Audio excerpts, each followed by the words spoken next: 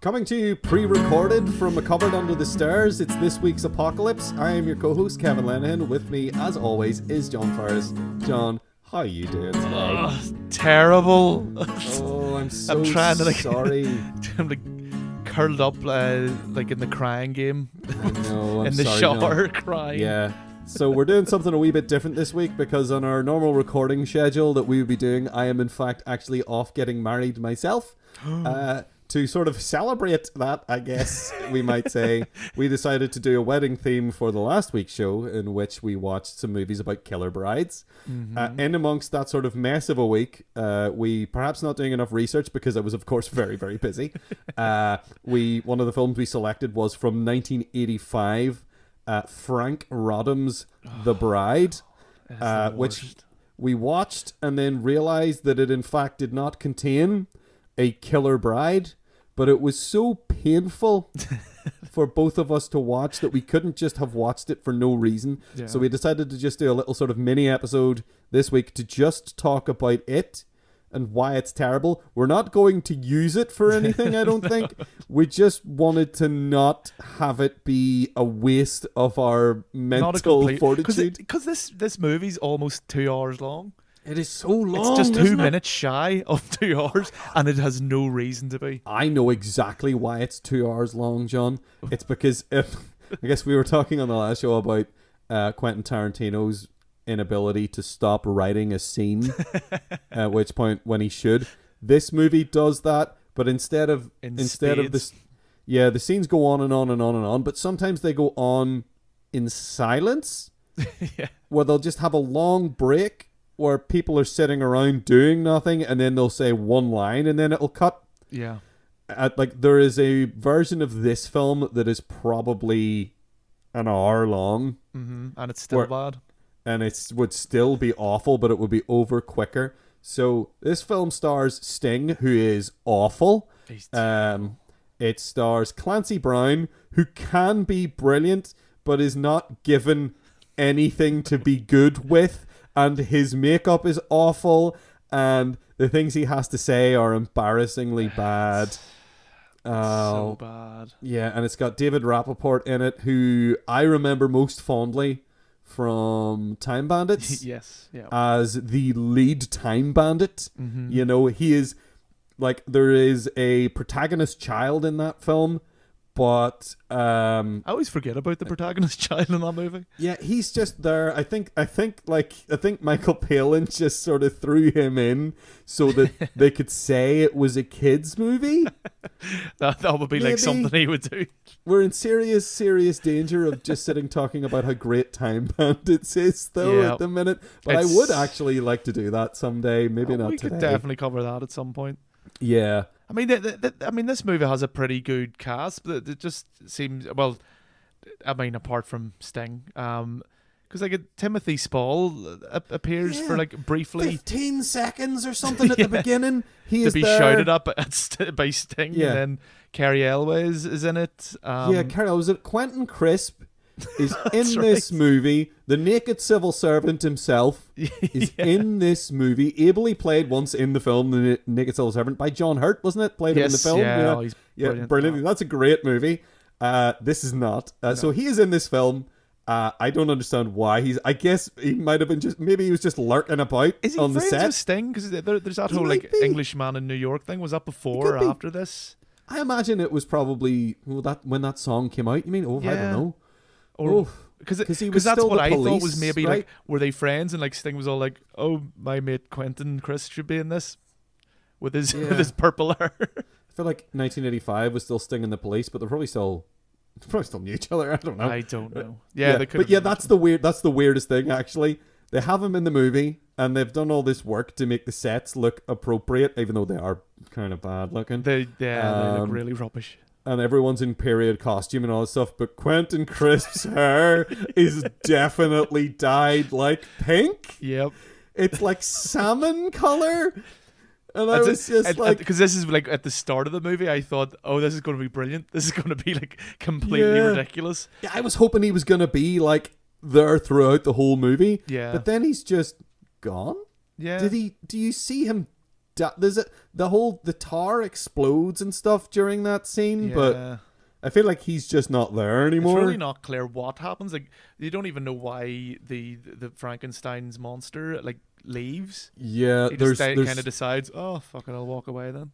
yeah, this film feels like it had to be designed around, because this is a Columbia production. This is Columbia, not like when you look at sort of the older films like the Dracula and like Frankenstein and the Bride of Frankenstein, that this is definitely this is the Bride of Frankenstein. But it seems like they had to make it legally distinct from Universal's The Bride of Frankenstein, which I believe is why it is just called The Bride, and why they don't address anything about the creation of Frankenstein's monster. They have also changed they also changed the names of the characters. So that really frustrated Frankenstein is called Charles, and is only addressed as Charles, I think, once throughout the movie. Some duchess or whatever that they go see, whose name I do not remember. That's the Queen of Europe. Is she the Queen of Europe? Yeah, that's what I dubbed her. Okay, yeah, she was non-specific aristocracy. They go to see her, and then she addresses him as Charles, because I was so confused, because in the book, he's Victor Frankenstein. And in this movie, they call the monster Victor. Yep, just to really mess with you. Which is so stupid. And I don't understand. Like, I mean, they try to rationalize it by having, like, David Rappaport's character at Rinaldo, not Ronaldo, but Rinaldo, explain that it's about hope and chasing your dreams. Like, you know, he will win, basically, the victor. Yeah, we all know that the word victor means the winner. Like, I mean, you don't need to explain that. Victor, like, victorious, winner. Yeah, that's... I get it. I get it. Yeah, so it seems like they had to do a lot of sort of editing of the story around not being sued by Universal Studios. See, like about halfway through this movie, I was kind of questioning it. Was this like a tax dodge or something for someone? It feels like it, doesn't it? It just feels like some producer was like, okay, I need to justify all this money that has suddenly appeared, so I'm gonna. It almost feels like, speaking of the producers, it almost feels like a producer style scam, like the musical The Producers. You know, the film The Producers. Like maybe they intentionally made a garbage movie that was supposed to not make any money and be a flop. Yeah. But you know, because like, I just don't get why you would, like, out of no... I guess Sting was trying to be an actor then, because he was in... had he been already in David Lynch's Dune at that point? I'm not sure, but he was in a movie by the same director of The Bride, called Quadrophenia. Oh, yeah, which it's not a film I like very much, no, to it be is honest. garbage. It's not good. So as far as, it's really hard to tell because all of Sting's music videos apparently count as IMDb credits, which is annoying. All the stuff. So I guess the year before this was when Dune came out, so he must have been like doing a push to be an actor in like the mid 80s. He's not very good. He's never been very good. I haven't liked him in anything I've seen him in. He was the only thing I remember seeing him in that I remember going, oh, there's Sting, and not being sort of subjected to how crap an actor he is, was I think Lock, Stock and Two Smoking Barrels, because he has a very, very, very small part and has only a few lines, so you don't have to suffer his terrible acting very much. And I also there's something I find very odd about using his stage name for his acting as well. Like, to know, I mean, just Gordon Sumner is a fine name for an actor if you're gonna do it. It's like, it's always weird starring Sting. It's like, oh, go it's when you see that come up in the credits, you just want to throw your boot at the screen. It's like, I mean, I will say he plays arrogant quite well, but the rest of it's all... Yeah, I feel like that's the only thing I got from him throughout the whole film. Yeah. And whether that was supposed to be the case, I feel like it is, because he's playing Frankenstein. I keep wanting to say Victor Frankenstein, but he's not called that in this movie. No. Because legals! In fact, he is only credited as Frankenstein, just single word, much like Sting, I guess. Yeah, and like, again, when I see that Clancy Brown is in a movie, I get excited because I'm like, brilliant, Clancy Brown. but I have been hit hard by that in recent times. This is the second time, actually, where on this podcast we have sat down to watch a film that has Clancy Brown in it, and I am disappointed because there is either not enough Clancy Brown or he is not being properly utilized or given anything to work with. Like in Pathfinder, he had basically nothing to do except grunt and shout. Yeah, that was a shame. Yeah. And in this, he... I don't know. He grunts and shouts. The script is so bad. It doesn't make any sense. It goes from being, I can only say single syllables, and then saying like full sentences out of nowhere, and then back to being a simpleton again at a moment's notice. It's so inconsistent. Yeah, it's maddening. It's crazy. Just like, and then there's this like weird psychic link that he has with the Bride of Frankenstein. That of course they call her Eva because why wouldn't you? Yeah, because like in the book, the name of the monster is Adam. Yes, which makes a hell of a lot more sense. Yeah, they ignore that for this, where he has no name, and then fucking David Rappaport decides that his name's going to be Victor. But they have the thing where like she is spinning and having fun and spinning around and getting dizzy, and then he's dandering down the road with his mate, and then he gets dizzy, and then I was just like, but why are they connected? Yeah. Why are they connected? There's no reason for them to be connected. No. It's not like they're made out of the same parts. And it just kind of happens. Anything? Like now and then. There's never any rhyme or reason for it happening. All of a sudden he like wants to ride horses or something because she's riding a horse, I'm assuming. Mm-hmm. And shit like that. And it's like, what the fuck? Yeah, it's absolute nonsense. It's like this movie starts off just assuming that you have just watched Frankenstein. Yeah. And it's not a sequel. Like there's no film that this is a sequel to. No. It's just starting in the middle of a scene, it feels almost. In the middle of a scene in a movie that you've missed the first part of. And you're sitting there for most of the time going, who are these people and why should I care? And what happened to Quentin Crisp? You're like, where did he go? He was the one thing, him and Clancy Brown were the things about this movie where I was like, I want to see Clancy Brown and Quentin Crisp like doing scenes together, and that doesn't happen. No. Because Quentin Crisp is just gone.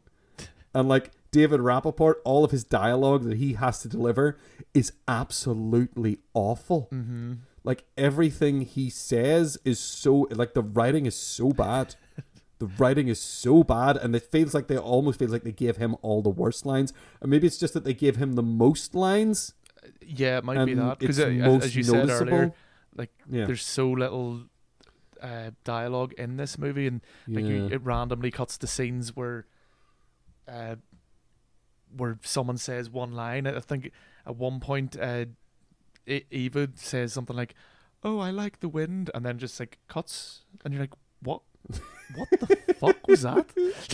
No idea. It's just so I think it probably is that poor Ronaldo was the one who he was the wise small person who unfortunately had to deliver all these terrible lines, and then die just to give us like. I think they were like, right, we'll make this guy super sympathetic because you can see how they were kind of doing that. They were trying to do that with him because he is like, oh, he's the only person who's nice to this guy and all that. But the dialogue's so bad that it's hard to get into, and then they kill him off as like an excuse to have an emotional punch that doesn't land because his death scene, again, like every other scene in the movie, goes on for so long. Yeah, I was sitting watching it going, why isn't he dead yet? He was still sitting there lying on the ground, waxing philosophical. Yeah, that's right. I was like, oh man, that's such a shame. Take the money and go get your bride and do this, and just going, okay. Because he's a good actor. Like he's a good actor. He was a good actor, and they give him the worst lines, and it's so hard to watch. When something like that's happening. It's like John Turturro in Transformers, You're like, I know that guy can act, and the things he's saying are embarrassing, and he's maybe given a good performance in another take and been told to tone it down. And now this is what they've put in the film, and it's just bad. Sting is terrible by default. Clancy Brown it's just a shame when he's It's when kind he's of in a film and he's not allowed to do. Jennifer Beals kind of has the same thing as Clancy Brown in this, where Aye. she's given very little to work with as well. Like, you know, Yeah, they've both been cast based on their physical appearance. yeah, Like, she's cast because she's pretty, and he's cast because he's big. yeah, And that is 100% it. and you kind of get the sense that this is like really mishandled, kind of like the Blood Spatter Bride in a way, where they're trying to be feminist or like show a strong female character, like her breaking away from Baron Charles Frankenstein, because that's a character. Chuck Frankenstein, I like to call it. Called Chuck. Chucky, I'll Chucky Frankenstein. I'll Chucky Frankenstein. But like, it's so mishandled and so stupid, and it's so it's just like untalented hacks trying to do this. It is. It feels like that they're trying. It almost feels like they're going to make a film about female liberation and independence, and then they just paint her as a huff. That she's just throwing tantrums, and they look at her like she's throwing tantrums, and then they just handle it so poorly. Yeah. They handle that really, really badly, just like everything else. And like, again, Carrie Elways should have been Frankenstein. Like, Yeah. I mean, he'd be a brilliant Victor Frankenstein. Yeah. But no, he's just some cad.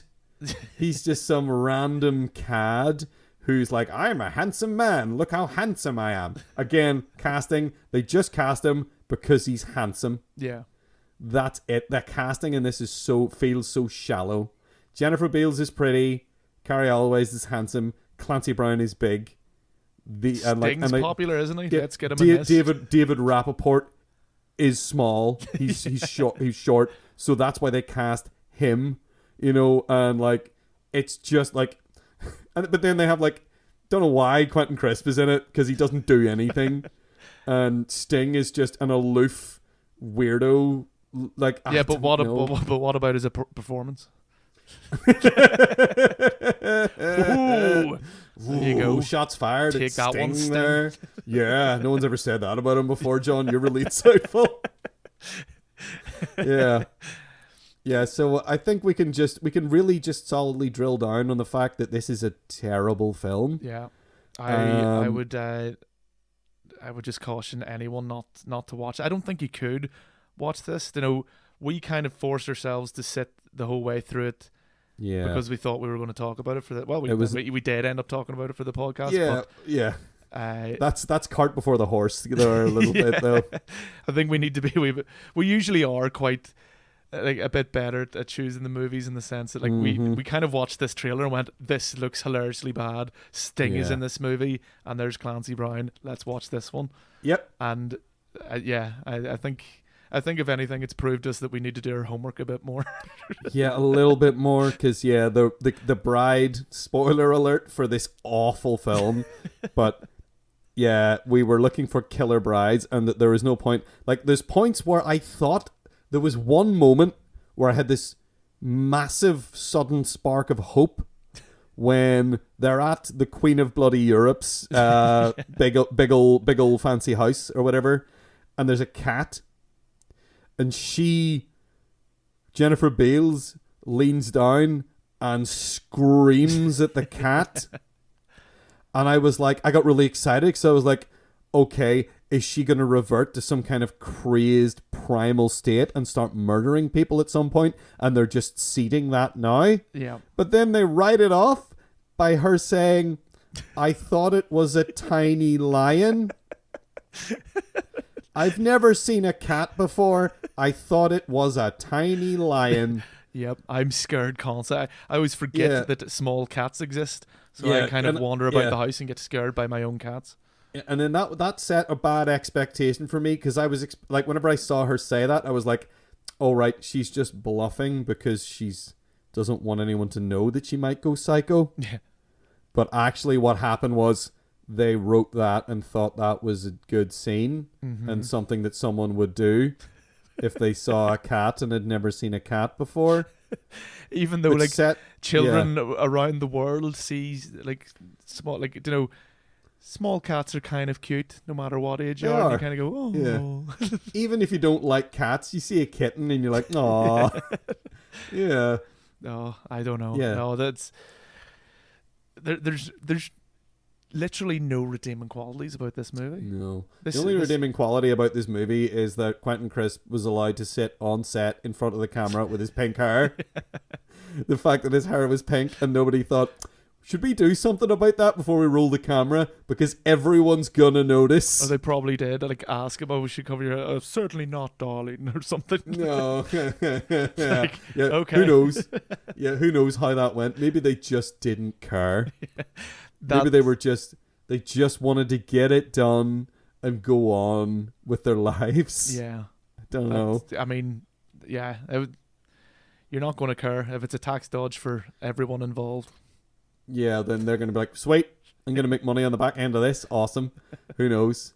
Have you any other things you'd like to say about the Bride from 1985, John? Nothing that I can think of. There is Cool. definitely... There's scenes and dialogue which I think my brain is purged at this point, Yeah. thankfully, which hopefully won't like come back to haunt me in my nightmares, but I'm sure it will. Indeed. Yeah, you're just going to see Sting's face wake up screaming in a cold sweat. Okay, well, all in all, I'd say don't watch The Bride. Nope. Because it's terrible. Yep. Don't watch any of this guy's other films because they all seem terrible too. I would also add, just try and avoid Sting altogether. Yeah, just avoid Sting. There's a couple of Police songs I kind of like, but yeah, you know, they're all right. Their drummer was really good. I'll say that for the Police. Their drummer was a really good drummer, and Sting can play the bass. So I guess that's all we have time for this week. We are on Twitter. We are at 7 Day Apocalypse. That is at numeral 7 Day Apocalypse. You can email us on filmcast@thisweeksapocalypse.com. That is filmcast@thisweeksapocalypse.com. We don't really have a special goodbye plan for this one, so I'll just say toodaloo and see you next week. Bye.